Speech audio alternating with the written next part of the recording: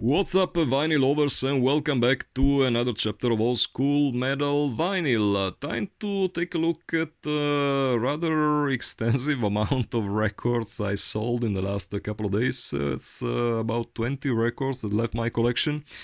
So yeah, let's take a quick look at them before having them packed and shipped to their new owners. Starting off with IMPALED NAZARENE Ugra Karma LP. This came out in 1993 on Osmos Productions. Limitation, I would say 1000 units probably.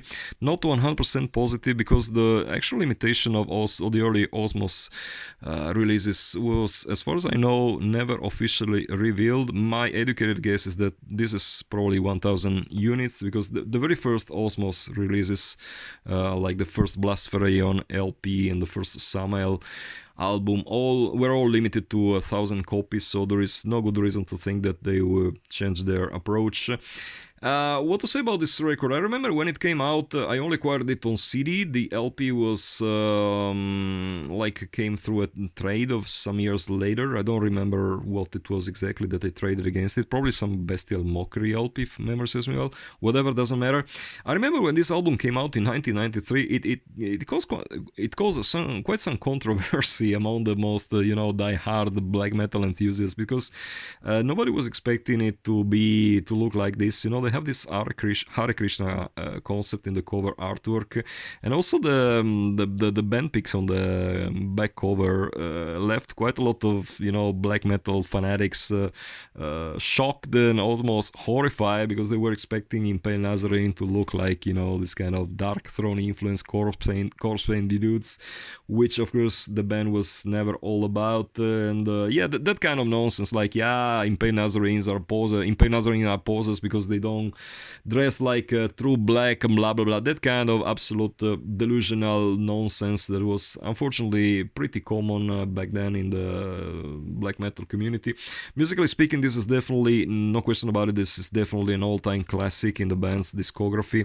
It might as well be their last, I would say, traditional black metal sounding record, because from Suomi, Finland, Perkele all the way down to the last albums, they introduced this punkish elements, which I personally like very much, but they are kind of different from what the early releases were about.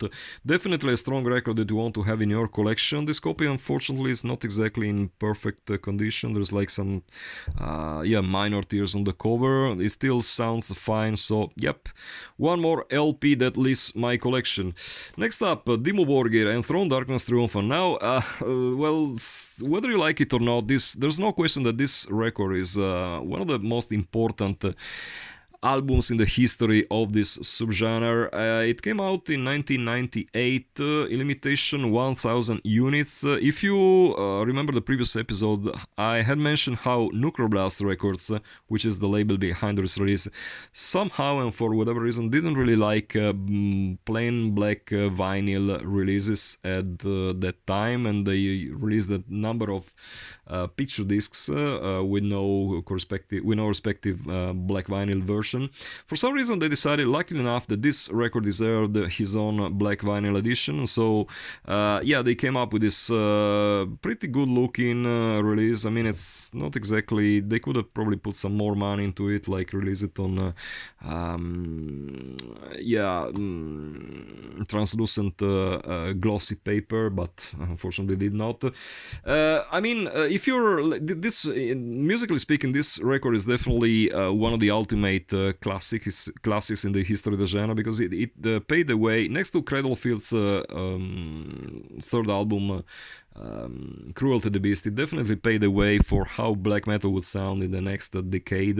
I remember when it came out, people went literally nuts at them, and like a shitload of bands started incorporating this pretty horrible synth into their music. So for the next years you have this horrible trend of melodic vampire looking posers in corpse paint with this terrible keyboard-driven nonsense. That was literally the big thing at the time.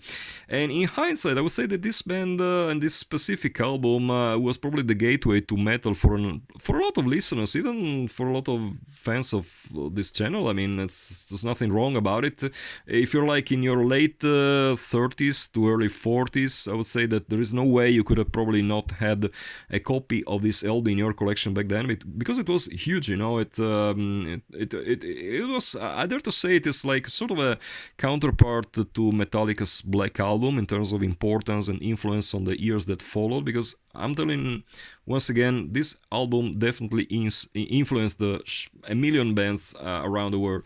What I honestly think about it, I was never really the biggest fan of the record itself. I mean, I like the first song, Morning Palance, Spellbound by the Devil.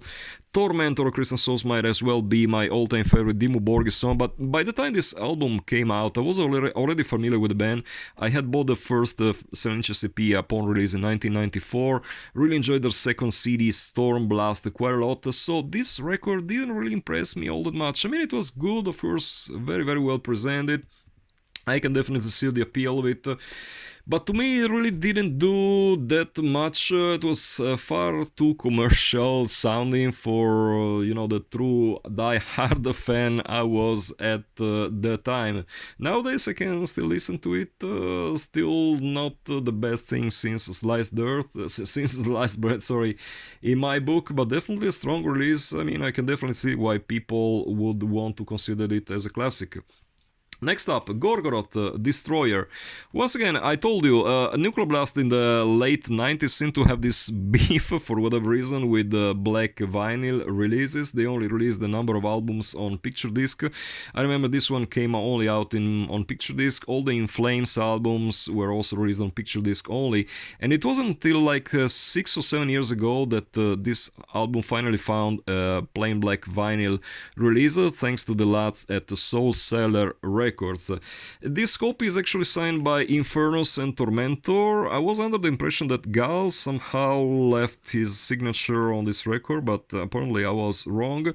Many people say that musically this is like the last classic Gorgoroth release. I tend to honestly disagree with that idea, because I think that the following album, Incipit Satan, was also pretty strong, but there is no doubt that this is a very, very solid Gorgoroth release. Like the very first track, Destroyers, no doubt one of the best songs the band ever came up with. So once again, another LP that you want to have in your collection. Of course, if you want to listen to the actual thing, I would recommend going for the black vinyl reissue, because picture discs don't actually sound that good, but yeah, definitely a great collector's item. Morbid, 50 years of fucking off life. Nice. I mean, I'm not so sure how many people will actually recognize this font. This is obviously taken from the first two Voivod, Canadian Voivod releases, War and Pain and Voivod. And Roar. What this band is all about? Like, it's a tribute to the original Morbid December Moon demo tape. They re-recorded all the songs of the original demo tape. The band consists of some very well-known personalities from the Swedish black/death metal scene. There's like Eric on vocals, Peter from Unanimated on drums, one of the Niflheim twins, and I believe David from Blomqvist. Definitely a great sounding record, not a rarity by any stretch of the imagination. It's limited to 500 copies, but still can be obtained for regular prices low. I would recommend to go for it if you can still find it. It's still up for sale in quite a lot of distros. And in the intentions, this was supposed to be a tribute to Morbid for the 30th anniversary of their December Moon LP, but came out as a tribute to Metallica instead, who in 2017 was celebrating his 50th anniversary, his 50th birthday, of course. And so the band decided to release it as a tribute to both him and Morbid. And by the way, the relationship between Slayer Magazine and Dead was always pretty close, so yeah, it definitely makes sense. They have this badly pixelated cover art. This is was of course done on purpose, but musically speaking, I would say that this is actually even better than the original demo tape. I know this might sound like blasphemy to a lot of you, but that's my honest opinion. This sounds extremely bloody great. So yeah, definitely a great purchase for a regular amount, for a regular price. So go for it in case you see it on your fave distro list. Next up, now we're gonna take a look at a lot of like Brazilian black death metal releases. I saw like 6 or 7 of them. The first one being Mystifiers Tormenting the Holy Trinity since 1989. This is actually the first Mystifier demo tape put on vinyl by the likes of by the buds at From Beyond Productions, Dutch label, limitation 500 copies. Now, From Beyond Records used to be a pretty damn cool record label that had quite a lot of very interesting releases under their belt in the early 2000s. I think they released a bunch of Cyanide LPs. I remember the very first pressing of the very first vinyl rarities, technically speaking, or the first master unreleased 1985 album came out on this label. I gotta tell you guys, this the last really knew how to make vinyl. I mean, they came up with this very noble looking, I'm not sure if you can tell from the video, but it's released on glossy cardboard. Definitely great looking, you know. It has an insert inside. Very, very well done, and as a result, you know, when vinyl making is this good, you know, it's fairly easy to keep your records in good conditions, which is not the case for the next LP, SEXTRASH, The Funeral Serenade. This is a band that most of you will probably know for their first album, Sexual Carnage, and they were released by Cogumelo Productions. Was it Cogumelo Records? I stand corrected. Now, Cogumelo Records, I mean, of course, this is old knowledge for a lot of people listening to this, but let me just sum it up briefly for those who might not be familiar with the label. Cogumelo Records was and still is responsible for like the 99% of the black/death metal releases on the market. This is the band's second album, sophomore album, The Funeral Serenade. The first one, The Sexual Carnage, was basically a Sarcophago clone. I'm sure that a lot of people will probably kill me for this comparison, but that's what it was. I mean, they share the same drummer as the first Sarcophago LP, so the comparison definitely makes sense in my opinion. This second album is still fairly good, less frantic actually than the first one. They started incorporating these thrash metal elements into their songwriting, which definitely makes them sound better, but it's at the same time one of those bands that perhaps sounded better when they were worse, if you understand what I mean. Like, they were much more violent and I wouldn't know how to say it in English, but they were definitely quite original, their first album. This second album is better produced, better played, but it doesn't sound just that cultish, if you understand what I mean.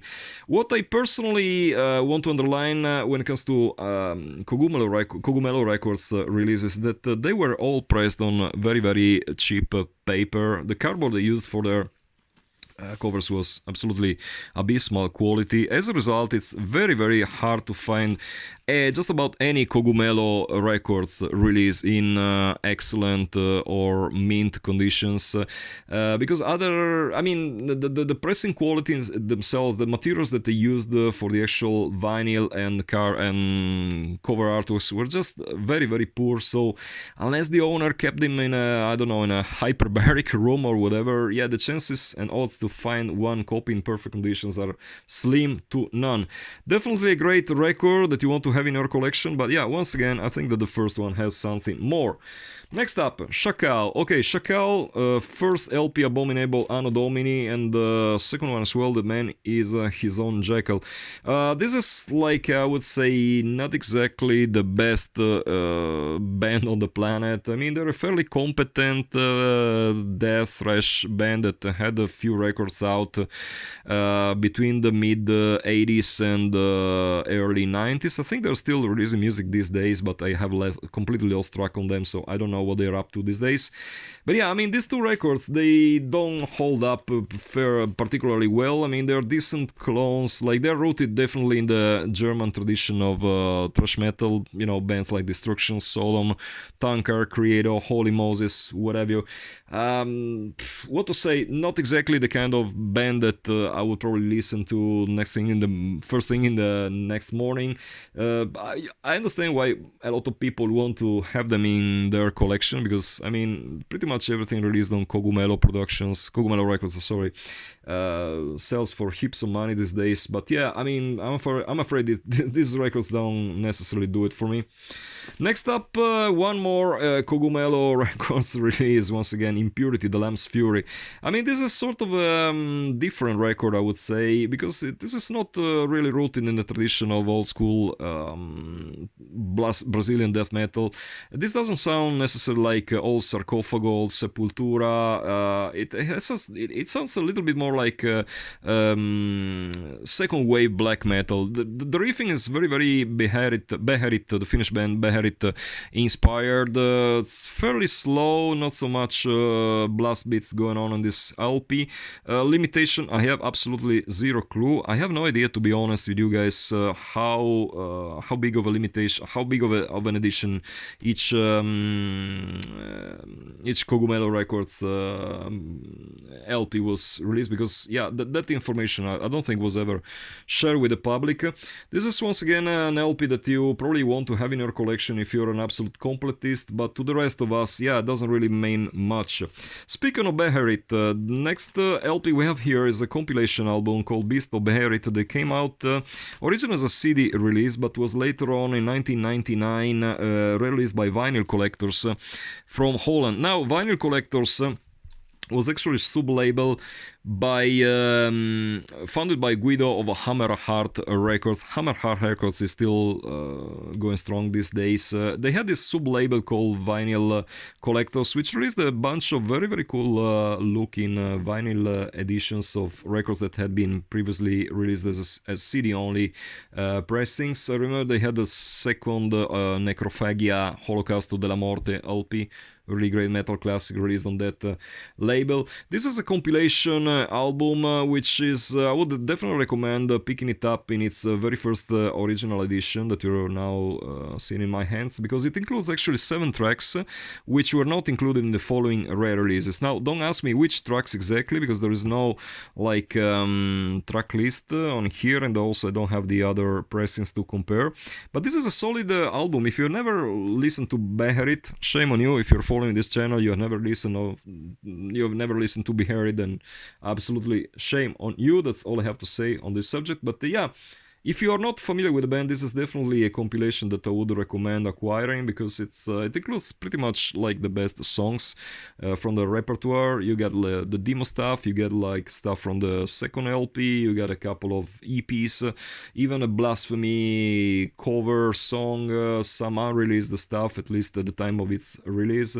What I personally am not too happy about this LP, I know this is a minor thing, I would have liked it more if it included the original Beherit logo. Instead they went for this very, occult sort of logo. I really don't have any idea which font is this, does this font belong to, have no bloody idea. But I would be, more happy if it included like the original Beherit with inverted crosses and candles, whatever, in the front. It would have looked really, really much better in my personal opinion, but that's the artist's choice, so I mean, who am I to judge, really?